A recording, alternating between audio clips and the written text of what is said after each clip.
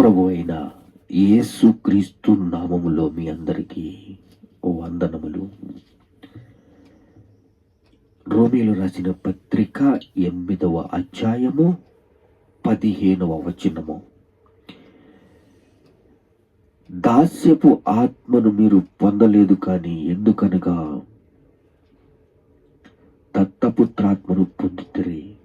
ఆ ఆత్మ కలిగిన వారమై మనము అబ్బా తండ్రి అని మొరపెట్టుచున్నాము. దేవుని పిల్లలమని తానే ఆత్మతో కూడా మనకి సాక్ష్యం ఇచ్చుచున్నాడు. అబ్బా తండ్రి, దేవుని పిల్లలము, మనము దేవుని పిల్లలమై ఉన్నాము. మనలో మనకి యుద్ధాలు జరుగుతున్నాయి. అపవాది మనల్ని ఈడ్చుకుని వెళ్ళి సంఖ్యలేసి బందీగా బంధించాలని రోజు తన ప్రయత్నాలు చేస్తూ ఉన్నాడు. తన ప్రయత్నాల్లో ఎవరెవరు దొరుకుతారు అని ఊరికనే ఇడండి. వాడు పాపం వైపు మీ కళ్ళు తిరిగినప్పుడు, మీ కాళ్ళు తిరిగినప్పుడు, మీ చేతులు తిరిగినప్పుడు వాడు మిమ్మల్ని బంధించేస్తాడు. ఎందుకంటే మిమ్మల్ని బంధిస్తేనే దేవుని నామానికి మహిమపరచబడదు.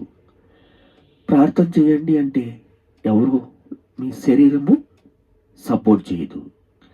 మీ కుటుంబము అల్లకొల్లాలం అయిపోతుంది. మీ కుటుంబంలో సమస్యలు, పిల్లల మధ్య సమస్యలు, అనేక విషయాల్లో అది చిన్న చిన్న చిన్న చినుకు చినుకు చినుకు వాన పెద్దదై తుఫాన్ అయినట్టు మీ కళ్ళు తెరవబడు. అరే ఇలా ఎందుకు జరుగుతుంది? నన్ను బంధించారు, నన్ను బేడీలేశారు, నాకు జైలు శిక్ష పడ్డది. ఎన్ని రోజులు? న్యాయాధిపతుల్లో ఉంటుంది 6వ అధ్యాయంలో 18 సంవత్సరాలు, 20 సంవత్సరాలు, సంవత్సరాలు తరబడి ఈ యొక్క జైలు వ్యవహారం నడుస్తుంది. బంధకాలు, కట్లు, బంధించబడి దేవుని నామాన్ని మహిమపరచకుండా అపవాది బహు బలముగా తన పన్నాగాలు పన్నుతున్నాడు, కుట్రలు పన్నుతున్నాడు. తండ్రి అని మొరపెడుచున్నాము. తండ్రి అని మొరపెట్టినప్పుడు తండ్రి వైపు తిరగాలి కదా. ఏటీఎంకి వెళ్ళినప్పుడు ఏటీఎం నుంచి ఒకవేళ ప్రాసెస్ ఏమైనా లేట్ అయితే మనకి చిరాకు. అది ఏం చెప్తుందో వినము. మనం చెప్పింది అది వినాలి. దేవుడు చెప్పింది మనము వినము. మనం చెప్పినట్టుగా దేవుడు నడవాలి.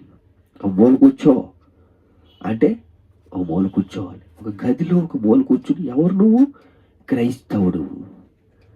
క్రైస్తవుడికి ఉన్న గుణ లక్షణాలు నీకు ఉంటే నువ్వేం చేస్తావంటే చిన్న తప్పు జరగగానే ప్రార్థన చేసి దేవుని సహాయం అడగాలి.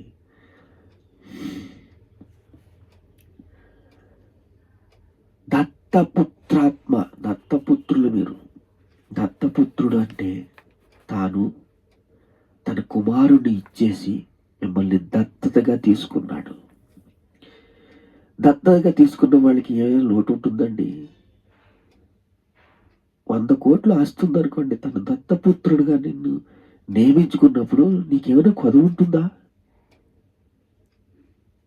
తండ్రి స్వభావము నీకు వస్తుంది. తండ్రి నడుచుకున్నట్టుగా నువ్వు నడుచుకోవాలి. అలా నడుచుకుంటున్నారా ఈరోజు? పరీక్షల్లో ఫెయిల్ అయిపోతావు. బంధకాలు, కట్లు, బంధించబడతావు. అప్పుడు కూడా తెలుసుకో, బానిసగానే బతుకుతావు, వ్యసనాల్లోనే బతుకుతావు. ఇప్పుడు దీనంతకీ చూడండి, రోమా 8:12 చూస్తే, కొంచెం ముందుకు వెళ్తే, శరీరముగా ప్రవర్తిస్తే చావవలసిన వారై. ఇప్పుడైనా కళ్ళు తెలిసినాయా? శరీరముగా ప్రవర్తిస్తే మనము బేడీలేసి బంధించి నరకానికి తీసుకువెళ్ళి యుగ యుగాలు నరకంలో కాలుస్తాడు. శరీరానుసారముగా ప్రవర్తింప శరీరానికి రుణస్థులము కావు. శరీరానుగా ప్రవర్తించడానికి శరీరానికి రుణస్థులము కావు.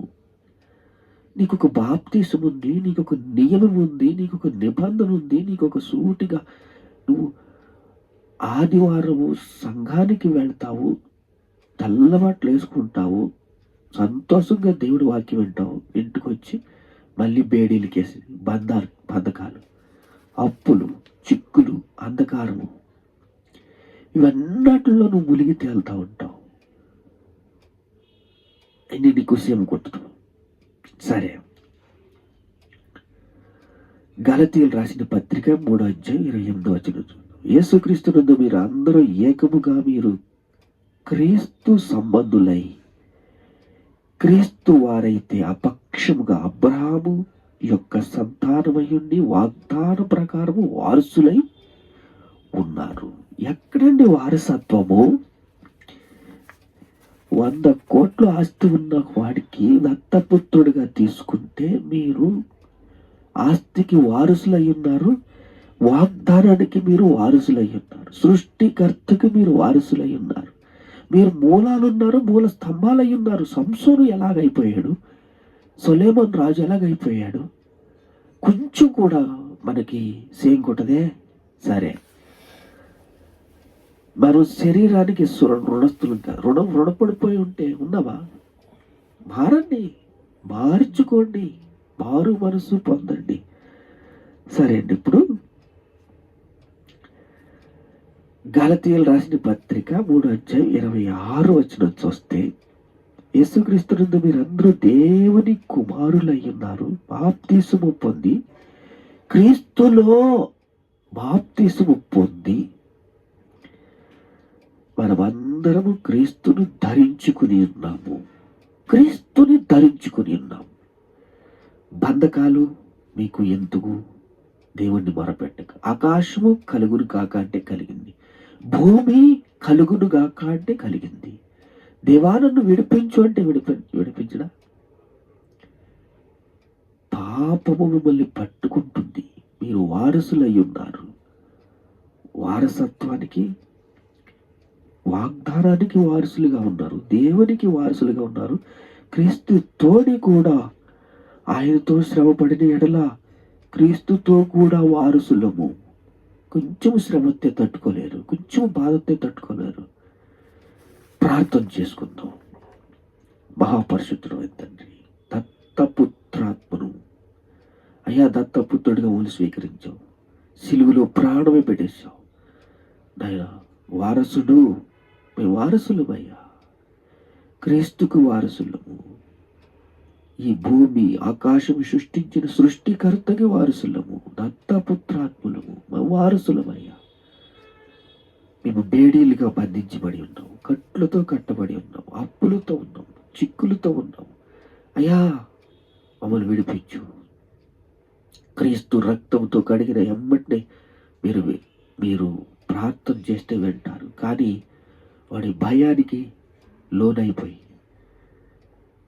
దాసత్వానికి వెళ్ళిపోయి, బేడీలు పొందుకుని, అప్పుల్లో ఉండి, అంధకారంలో ఉండి, బంధకాలు కట్లుతో 18 సంవత్సరాలు, 20 సంవత్సరాలు, 30 సంవత్సరాలు, ఎన్నెన్ని అప్పులు, ఎన్నెన్ని అంధకారం, ఎన్నెన్ని బంధకాలు, ఎన్నెన్ని బేడీలు.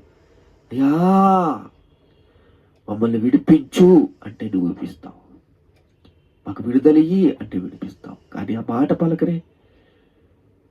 107వ కీర్తనలో అన్నావు, ప్రభువాను వారందరూ కొని మొరపెట్టగా దేవుడు వారిని విడిపించును. మొరపెడితే విడిపిస్తాడు దేవుడు. ఇది ఖచ్చితమే, ఇది నిజమే. కానీ మొరపెట్టరు తండ్రి. అంత దాసత్వానికి, బంధకాల్లోకి, బేడీల్లోకి, అప్పుల్లోకి కూరుకుపోయిన వారిని క్షమించయ్యా, విడిపించయ్యా, రక్షించయ్యా. స్తోత్రాలయ్యా, స్తోత్రాలు, స్తోత్రాలు, ఘనత, మహిమ, ప్రభావాలు మీకే చెల్లిస్తున్నాము తండ్రి. ఆమేన్.